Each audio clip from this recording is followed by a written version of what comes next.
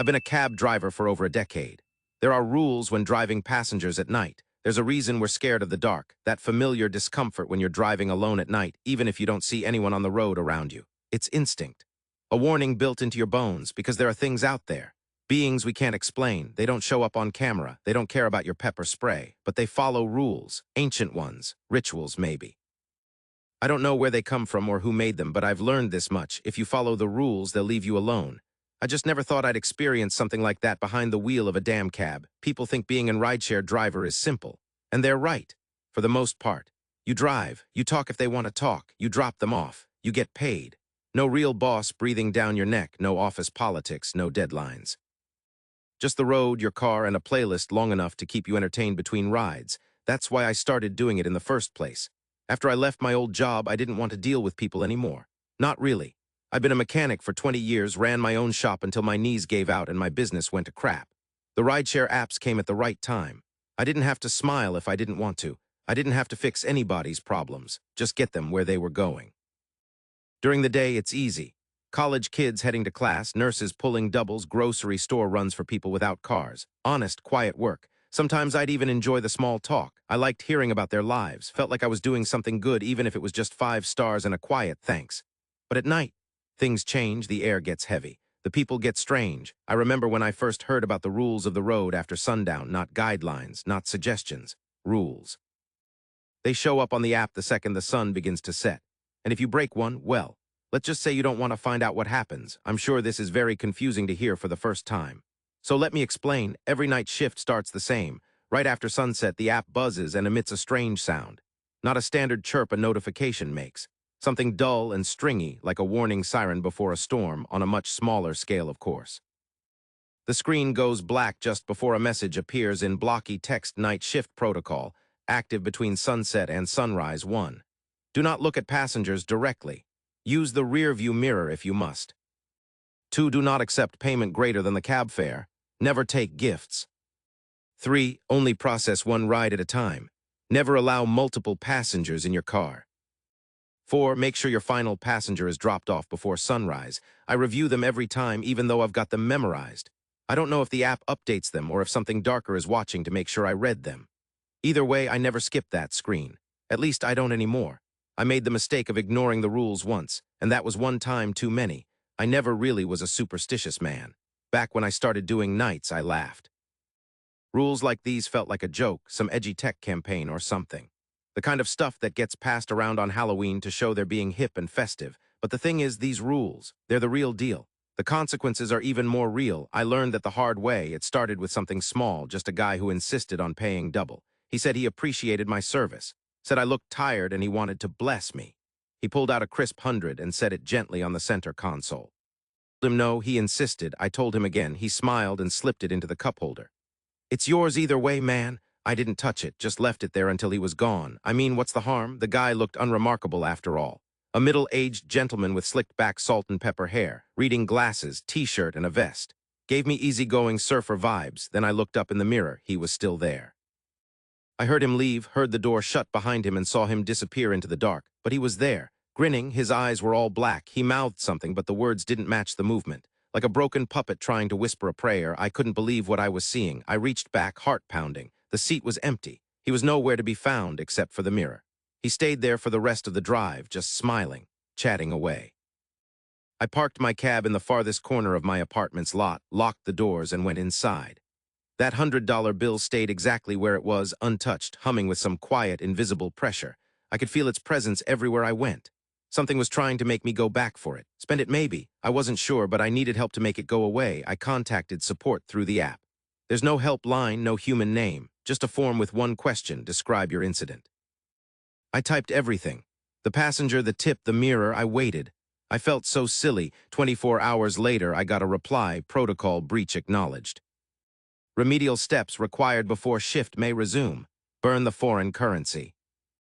Avoid seafood for 2 full days. Thanks for contacting technical support. That was it. No apology, no explanation, just instructions. I picked up the $100 bill like it was a loaded firearm and was surprised by the weight of it. I went out to the alley behind my complex and set it on fire in a soup can. The flames hissed green for a moment, then evaporated. It didn't smell like money burning. It smelled like salt and old fish. I skipped sushi that week. Thankfully, I am not much of a fish guy. By the third night, the app let me log in again, and like nothing ever happened, the rides returned. It has been pretty smooth sailing ever since. Not every shift is terrifying. Some are just weird, like the woman in the bright yellow dress who got in without saying a word and only whispered her destination. The bog. Or the man who didn't blink, stared straight ahead, and screamed every time we passed a fire hydrant. The weirdest ride I ever gave was from last November. It was around 3:12 a.m., that dead stretch of time where the world feels empty. I was parked near the outskirts of town, engine idling, watching a moth dive repeatedly into the windshield. A ping came through. There was no address, just coordinates. I almost declined. Nobody lives way out there. It's all farmland and old sheds. But I was behind on rent, and I was pretty good at following the rules at this point. The profile picture was blank. Name just said M. Fine, I accepted. As I approached the pickup spot, my headlights hit something standing in the middle of the road. A man, no, a figure, very still, dressed in old-fashioned clothes. Black hat, long coat, hands folded in front of him like he was at a funeral. I stopped. He didn't move. I glanced at the app. The pin was directly on him. Against my better judgment, I rolled down the window a few inches. Hey, the figure nodded once. I unlocked the doors and pulled up the rules panel on the app in my phone. Same rules as always. No change. I read over the first one for good measure. Do not look at passengers directly. Use the rearview mirror if you must. Right. He opened the back door and slid in. Didn't speak. Just sat there, the seat creaking under his weight. I pulled away from the shoulder and merged back onto the main road. The silence was suffocating. I snuck a glance into the rearview mirror. At first, I saw nothing. Then the mirror fogged up, as if someone had breathed on it from the inside. I wiped away the condensation with my thumb and nearly jumped in my seat at what was revealed beneath. The figure in the backseat wasn't looking at me. It was holding something. A large postcard, pressed flat against its face like a mask. Long fingers curled around the edges, fingers with nails so long and yellow they looked rotted. Just the sight of them sent a cold wave down my spine. I leaned forward just slightly, enough to make out the writing. 2 words scrawled across the card in what looked like red ink or blood, I couldn't tell. Just drive, it said. I didn't ask questions, I drove. For 40 minutes we cruised past silent fields, dead gas stations, and stretches of road I swear I'd never seen on any map. I didn't get a destination update. No timer. Just me, the road, and whatever was sitting behind me. The silence felt thicker than usual. The only sound was the low hum of the engine and the occasional creak of the frame, like the car itself felt uneasy. I kept checking the rearview, but the mirror kept fogging up. Over and over, I wiped it clean with the side of my hand, each time revealing the same thing. He was closer. At first, he was sitting upright, stiff, almost mannequin-like. Next time, he was leaning slightly forward. Then his knees were nearly touching the back of my seat. His hat was old and stained, the brim tipped just low enough to hide most of his face. Torn in one corner, frayed like it had been dragged through gravel. I couldn't see his eyes, but I could feel them, like heat on the back of my neck. A cold sweat was forming along my forehead. I didn't know what to do. No name, no timer, no destination. That had never happened before. I gripped the wheel tighter and kept driving, heart pounding louder than the tires on the asphalt. What do I do if he does leave? What if he just sits there until the sun comes up? Something bad would happen. I didn't know what exactly, but I knew the rules. This wasn't just another creepy fare. At exactly 4:00 a.m., he tapped the window twice. I pulled over. Before I could say a word, the door creaked open and slammed shut. I checked the mirror. Fog gone, seat empty, except for something left behind. There was a small envelope with one of those fancy wax seals. Inside was a bundle of tattered cash wrapped in a classy red bow, not a cent over the fare. Thank God, I set it aside and sat there for a while just breathing. The car was finally quiet. Still, that night feels like it happened ages ago. I'm more seasoned now, passengers without destinations, common occurrence these days. Took me a while to realize they're not chasing a place. They're chasing a feeling, a reaction. They're insatiable like that. But I've learned a lot since then. I know better than to feed their desires. You give them the cold shoulder long enough and eventually they leave. These days I'm more composed. Like a prison warden ferrying rowdy inmates, I even bought a pistol. It sits in the glove compartment, mostly idle. But if someone in the back gets bold, starts creeping too close, a little flash of the barrel is usually enough. They growl, they curse, slam the door behind them. Cab fare left on the seat. Not a cent overpaid. I don't bother being gentle. It's not like they can tip me. But tonight I am feeling a bit more anxious than usual. It isn't because of the job. Nope, supernatural cab passengers are a walk in the park compared to what I have in store tomorrow. My son's getting married. I haven't been part of his life, not really. That was my fault. I kept my distance after the divorce, told myself he'd be better off without me hovering around. No awkward visits, no clumsy father-son talks, just space.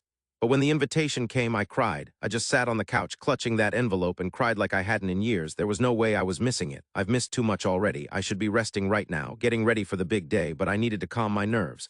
For some odd reason, this job does it for me. Midnight hits. The app dings, first ride of the night. I take a deep breath and swipe to accept. Gotta focus.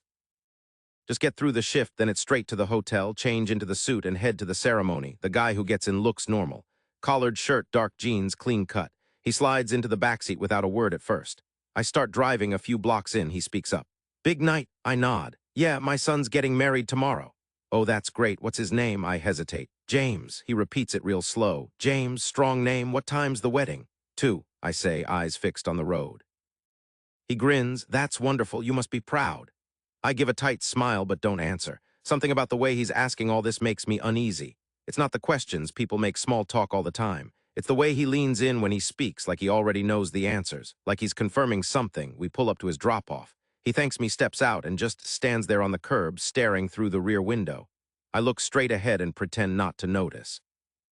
After a few seconds, he disappears into the dark. I sit there in silence, hands still on the wheel. That was strange, even stranger than usual. Then it hits me, the rules. I forgot to check the rules tonight. I pulled up the app and swiped to the rules section. Crap, there's a new rule. Talk to the passengers about your personal life. I stare at the screen like maybe I'm reading it wrong, like maybe it's always been there and I just never noticed. But I know better. That rule wasn't there yesterday. My heart starts pounding. I pull over, open the app, and send a message to support. Something simple. There's a new rule. I broke it. How bad is this? What should I do? No reply. Silence ensued. Last time I broke the rules, it took 24 hours to respond. And I don't have 24 hours. Eventually, I pull back onto the road. I figure I'll do a couple more drop-offs, keep things simple. Maybe if I don't mess up again, everything will smooth over. The next few passengers seem normal enough. Quiet. But there's this weird vibe, a kind of smugness. A few of them chuckle under their breath. One guy keeps stealing glances at me in the rearview like I'm the punchline to some inside joke. Another girl won't stop smiling, just this too-wide grin like she knows some deep, dark secret about me. It starts to wear on me. By the third ride like that, my stomach's turning, and then it gets worse. My next pickup is a woman standing alone on the corner in full wedding attire. A long white dress, veil, bouquet. It looks new, clean, not like a Halloween thing. This looks real. Expensive. She doesn't speak when she gets in, just hums softly, then she starts singing. Here comes the bride, over and over, whispered, off-key. Like she's only half remembering the melody. The hair on my arms stands up. I drive in silence, try not to react. She keeps singing all the way to her destination. And just before she opens the door, she leans forward and whispers, "So, when's the wedding?" I say nothing. She tilts her head like a confused bird. Then she gets out and drifts off into the dark, dragging the bottom of the dress behind her. I'm breathing hard now. Knuckles white on the wheel, next ride. A guy in a wrinkled button-up shirt, tie hanging loose. He climbs and already shouting. He was a goddamn mechanic, and you know what? He was useless. Did nothing for 20 years and expects me to be grateful. I keep driving. He doesn't stop. My fiancée wants me to invite him. Can you believe that? To my own wedding. She doesn't know the guy. Hell, I don't even know the guy. He starts banging his fist on the seat in rhythm, like he's working himself up to something. I glance in the rear view. Big mistake. His eyes are wide, wild, red around the edges. There's something shiny in his lap. For a second, I think it's a phone. It's not. Without warning, he raises a pistol, sticks it under his chin, and pulls the trigger. A deafening pop. The windshield doesn't shatter, but I hear the spray hit the back window. He slumps sideways. The door opens on its own like someone was helping him out. I hear his body land on the sidewalk with a thump and the door slams shut behind him. I don't stop. I don't check. I just keep driving. Like I said, I'm a seasoned driver now. Sad to say, this isn't the first time one of these loons popped themselves in the backseat to try and get me to turn around. I have bigger issues to worry about. The rule break hung heavy in my head, and I still haven't heard back from support. The next passenger looked relatively normal, clean cut, mid-20s. Button-down shirt tucked into dark jeans. He smiled as he climbed into the backseat. Polite nod. No words. The last few rides had been unsettling, to say the least. But this guy felt different. Not better, just different. He didn't speak. He didn't need to. Something in his silence felt smug, like he already knew me. Like we'd done this before. We drove for 15 minutes without a word. Then I pulled up to the hotel. He didn't move. I shifted into park and turned slightly, still not looking directly at him, just using the mirror.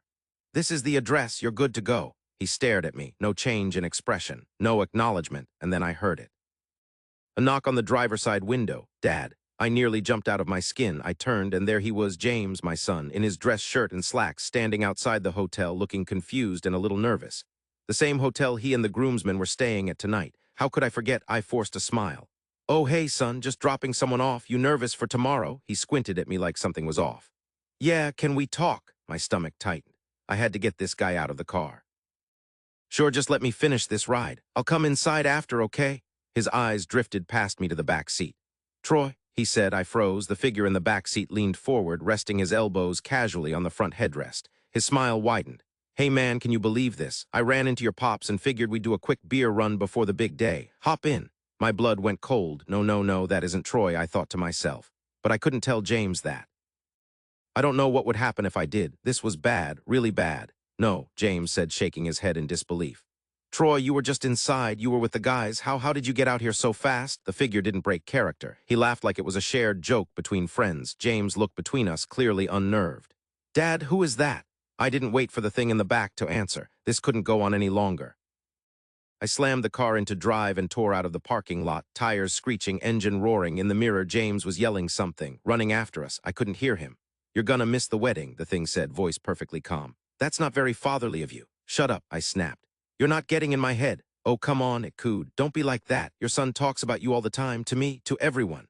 I kept my eyes on the road, jaw clenched so tight I could feel it in my temples. Although he doesn't say good things, you're not a good father, Ben. Shut up, I hissed, tears bubbling in the corner of my eyes. You missed birthdays, missed milestones. What are you even doing now? Trying to show up at the last second and pretend it means something. I gripped the wheel harder. I wanted to slam the brakes, throw open the door, and drag this thing out by whatever skin it had stolen. Oh, don't be like that, Ben. I have something that'll cheer you up, it whispered. Just keep driving. All the way until the sun comes up. I have something to show you. I didn't respond. I didn't need to. My phone buzzed on the seat beside me. James. Again, I didn't answer. The only sound in the car was the hum of the tires and that thing breathing behind me. Waiting. I wasn't sure what to do now. The passenger gave me a drop-off and refused to get out. That hasn't really happened before. There's no way for me to force it out either, not without looking directly at it.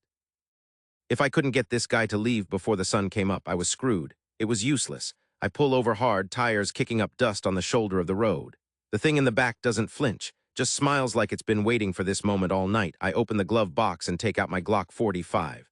Oh, it says. That didn't take long. You already getting tired of me, Ben? I don't answer. I close my eyes and take a few deep breaths. Oh, Ben, you don't have to do this. You're going to miss out on all the fun I have in store. I don't even turn around. I raise the gun behind me, steady my breathing, and pull the trigger. The shot is deafening in the confined space. I don't look. I just sit there, ears ringing, heart thudding. I wait for movement, for another voice, but there's nothing. I finally peek into the rearview mirror once again. It's slumped over in the seat, still smiling, but quiet now. Unmoving. I knew that wasn't going to kill this thing, but it still felt good. I just needed to shut it up for a minute. If it wasn't going to leave, so be it. I had to come to terms with that fact. I wasn't going to make it to the wedding. I was going to abandon my son again, this time for good. The least I could do was say sorry, tell him I loved him. I just wish I could have done it sooner. Damn it, I wish I had more time. I pull out my phone. Hands shaking, I try to call James back, but it goes straight to voicemail. I speak through the lump in my throat. Hey, it's Dad. I wanted to say I'm sorry for everything. I should have been there for you. I should have been better. The thing in the back seat was sitting upright now, dusting off its blood-soaked shirt and slicking back the loose hair where the bullet exited. I started to sob into the phone. But I'm proud of you, James, I really am. Despite all my mistakes, you've done everything right. And I'm really, really happy I get to be at your wedding. The mimic was coughing now, pounding its chest with a closed fist. I heard a loud metallic clang as the bullet bounced off one of its teeth on the way out of its throat. I stifle a sob and take a deep breath before continuing. I love you so much, James. I'll see you soon, buddy. I hang up, tears running down my face, fogging up the screen. I sat there in silence for a few minutes. I watched as an orange glow began to rise from the horizon. It was almost sunrise. I closed my eyes and gripped the steering wheel in grim anticipation. This was it. I wasn't sure what happened if I broke this rule, but I knew there was no coming back from it. Tech support wouldn't be able to help me out of this one. Then I hear clapping, soft, slow. I look up in the rearview. I see the thing clapping and wearing a wide smile. Only this time it doesn't look as smug. It appears sincere, genuine. Nice job, Ben, it says. Really touching. It drops a handful of bills into the seat beside it and steps out of the vehicle. Well, congrats on your son's wedding. Then it was gone, just before the sunrise. I'm not sure why it decided to leave. All the night passengers want something. A reaction, a release. Most of the time it is something mean-spirited. They crave anger, heartbreak, desperation. Maybe this one was benevolent. Maybe it needed to experience something heartfelt, something real. God knows I needed it too. I'm just glad it's all over. I didn't take any more rides for the rest of the night. I went home, scrubbed the blood off the backseat even though there wasn't any, changed the air freshener even though it still smelled new, took a long, hot shower, put on the suit I hadn't worn in years. When I looked in the mirror, I almost didn't recognize myself. I didn't look any different, but I felt different. I wasn't ashamed of the man that looked back at me. I was going to be a new person. I knew it was too late to be a good dad. I've been away too long to fix that. But he would always be my son. And he needed to know that I was never going to abandon him again. I got in the car, not for work, just to drive to the wedding. And for the first time in a long time, I felt something that almost scared me more than a lifetime of ferrying supernatural passengers. Hope. Thank you for watching. As always, make sure to like and subscribe for more Reddit stories. Until next time.